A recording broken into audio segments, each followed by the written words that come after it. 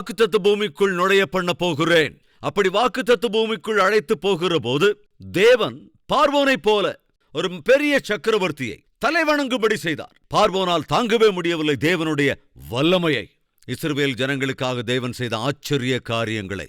புறப்படுங்கள், தயவு சென்று போங்கள் என்று 2 கைகளும் கூப்பி அவர்களை அனுப்பி வைத்து விடுகிறான். தேவன் தம்முடைய காரியங்களை ஆரம்பித்தார். எது தேவனுடைய காரியம்? கொஞ்சம் ஜாக்கிரதை கவனிங்க. தம்முடைய பிள்ளைகளுக்கு தேவன் வாக்கு பண்ணின இடத்தை தயார் செய்தார். அந்த வாக்குத்தத்த பூமிக்கு அவர்கள் போகிறார்கள். அப்படி போகிற வழியிலே எரிகோ தடையாக இருக்கிறது. எரிகோவை தேவன் தரைமட்டமாக்க போகிறார். தம்முடைய பிள்ளைகள் சுதந்திரித்துக் கொள்ள வேண்டிய வாக்குத்தத்த பூமியை அவர்களுக்கு சுதந்திரமாய் தரப்போகிறார். ஜாக்கிரதையா கவனிங்க. நீயும் நானும் இயேசுவை சொந்த இரட்சகராக ஏற்றுக்கொண்டிருப்போம் என்றால் நாமும் தேவனுடைய பிள்ளைகள் தான். தேவனுடைய பிள்ளைகளுக்கு தேவன் வாக்குத்தத்தம் பண்ணியிருக்கிற ஒரு இடம் உண்டு. அது பரலோகம். அந்த பரலோகத்திற்கு 600 ஆனாலும் 106 ஆனாலும் தேவன் தம்முடைய பிள்ளைகளை அழைத்து செல்வதற்கு தீர்மானம் எடுத்து விட்டார். அந்த தீர்மானம் எடுத்த வேளையிலே தடையாக எரிகோ வந்தது. தடையாக அன்று வந்த அந்த எரிகோவில் இருக்கிற அந்த பாவிகள் எல்லோருக்கும் தேவன் நியாயம் தீர்த்து விட்டார். அப்படி தீர்ப்பு தீர்க்கிற அந்த காரியத்திலே சம்பூரணமாக முழுவதும் தடையாக நின்ற அந்த எரிகோவை அக்கினினாலே தேவன் அழிக்கப் போகிறார், தகர்க்கப் போகின்றார். அதன் விளைவாக தம்முடைய பிள்ளைகளை வாக்குத்தத்த பூமிக்குள் அழைத்து போகிறார். ஒரு நாள் வரப்போகிறது. அது எப்பொழுது வருமோ தெரியாது. தேவன் தாம் தம்முடைய பிள்ளைகளாக இருக்கிற ஒவ்வொருவருக்கும் வாக்கு பண்ணியிருக்கிற அந்த வாக்குத்தத்த பூமிக்கு அவர்களை அழைத்துக் கொண்டு போகிறார். அப்படி அழைத்துக் கொண்டு போகிற சமயத்துல என்ன செய்வார் தெரியுமா? பாவம் நிறைந்த பூமி, பாவத்தால் நிறைந்திருக்கிற மனிதனை முழுமையாக தேவன் நிகிரகம் பண்ணி விடுவார். 2 பேதுரு 3:9. தாமதிக்கிறார் என்று சிலர் எண்ணுகிறபடி கர்த்தர் தமது வாக்குத்தத்தத்தை குறித்து தாமதமாயிராமல் ஒருவரும் கெட்டுப் போகாமல் எல்லாரும் மனம் திரும்ப வேண்டும் என்று விரும்பி, எல்லோரும் மனம் திரும்ப வேண்டும்.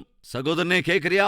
சகோதரியே கேட்கிறியா? எல்லோரும் மனம் திரும்ப வேண்டும். உன் மனது மாற வேண்டும்.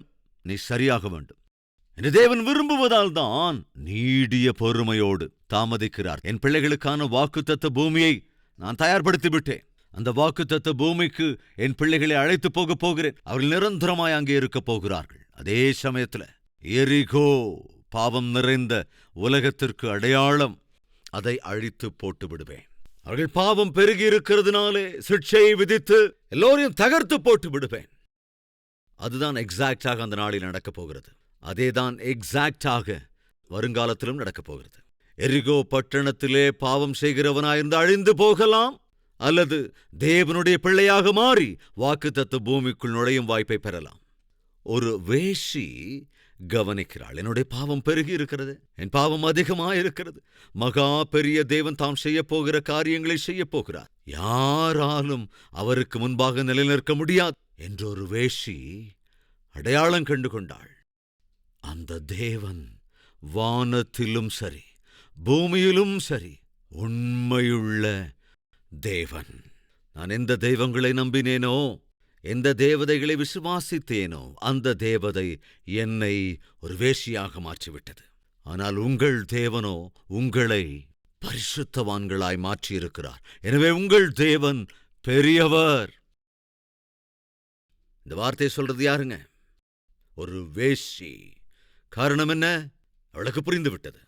அந்த தேவன் தம்முடைய ஜனங்களை வாக்குத்தத்த பூமிக்குள்ளே அழைத்துக் கொண்டு போகிறார். அதற்கு யாராலும் தடுத்து நிற்கவே முடியாது. எங்கள் பாவமோ பெருகிவிட்டது. அதனால் நாங்கள் அழியப் போகின்றோம். ஒரே ஒரு மார்க்கம்தான் இருக்கிறது தப்பித்துக் கொள்வதற்கு. அது என்ன? தன்னுடைய வாழ்க்கையை பரிசுத்த குலைச்சலுக்கு இலக்காக்கின அந்த அஸ்தரோத்தை நம்புவதை காட்டிலும் என்னுடைய வாழ்க்கையை சரி செய்யக்கூடிய அந்த ஜீவனுள்ள ஒரே தேவனை நம்புவதே மேன்மையானது என்று கவனித்தாள், கண்டுகொண்டாள். அது மாத்திரல்லங்க, ஜீவனுள்ள தேவனிடத்தில் தன்னுடைய வாழ்க்கையை அர்ப்பணித்து விட்டாள்.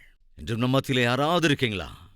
இந்த செய்தியை விசுவாசிக்கின்றவர்கள் தேவன் தம்முடைய ஜனங்களை தம்முடைய வாக்குத்தத்த பூமிக்கு அழைத்துக் கொண்டு போகிறார். அந்த வாக்குத்தத்த பூமிக்கு போகிறவர்களில் நானும் இருக்க வேண்டும்.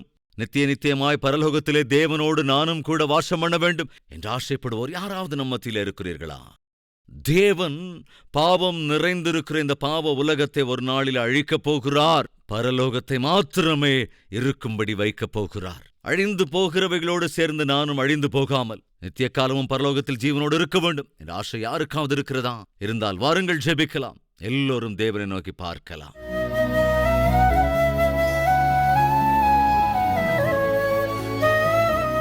மகா பரிசுத்தமும் அன்பும் நிறைந்த பிதாவே, மிக தெளிவாய் திட்டவட்டமாய் இன்றும் எங்களோடு பேசியதற்கு நன்றி ராஜா. உம்மை ஸ்தோத்திரிக்கிறோம், துதிக்கிறோம். அன்று ஒரு வேசி தான் அந்த நிலைக்கு செல்ல காரணம் அவளுடைய விசுவாசம், அவளுடைய நம்பிக்கை. அது மாத்திரமல்ல, என்ன பாவம் செய்தாலும் பரவாயில்லை என்று நம்பிக்கொண்டிருந்த சொசைட்டி பாவம் செய்வதற்கு கொடுத்த இடம் அவளை வேசியாக மாற்றியிருந்த ஆண்டவரே, இன்றும் கூட எங்களில் சில பேர் தப்புக்குள் இருந்து கூட, பாவத்திற்குள் இருந்து கொண்டும் கூட எதுவுமே ஆகாது. சொசைட்டியில் இதெல்லாம் காமன், இந்நாட்களிலே இவைகளெல்லாம் சர்வ சாதாரணமே என்கிற ஒரு துர்பாக்கியமான நிலைமைக்குள் இருக்கின்ற ஒவ்வொரு பிள்ளைகளும் தயவாய் மன்னிங்க ராஜா. பரிசுத்தமுள்ள உம்மை சேவித்து பரிசுத்தமுள்ள ஜனங்களாய் வாழ்கிற கிருபை எங்களுக்கு அருளுங்க. இந்த நாளிலே கேட்ட வார்த்தைகள் ஆண்டவரே, வாக்குத்தத்தம் பண்ணியிருக்கிற தேவனாகிய நீர் உம்முடைய பிள்ளைகளை வாக்குத்தத்த பூமிக்கு கொண்டு போகிறீர். போகிற சமயத்திலே பாவத்திற்கு அடையாளமான எரிகோவை நீர் தகர்த்து போட போகிறீர். பாவம் பெருகுகிற போது ஆண்டவரே, யாராக இருந்தாலும் உம்முடைய சிக்ஷைக்கு கீழ்ப்படிந்து ஆக வேண்டும். பாவம் பெருகுகிற வேளை ராகாப் என்ற வேசி உம்மை தேவனாக அன்று ஏற்றுக்கொண்டாள். பாவம் பெருகியிருக்கிற சூழலில் இன்று யாரெல்லாம் உம்மை உலக இரட்சகராக உணர்ந்து தங்களுடைய வாழ்க்கையை உம்மிடத்திலே அர்ப்பணிக்கின்றார்களோ அவர்கள் ஒவ்வொருவரையும் அங்கீகரித்து இன்று வரை அறிந்தும் அறியாதும் செய்த எல்லா பாவங்களையும் தயவாய் மன்னித்து இது முதற்கொண்டு உம்முடைய பிள்ளைகளாய் வாழ்கிற பாக்கியத்தை அருளி செய்ய வேண்டும் என்று இயேசு கிறிஸ்துவின் நாமத்தில் வேண்டிக் கொள்கிறோம் பிதாவே. ஆமென்.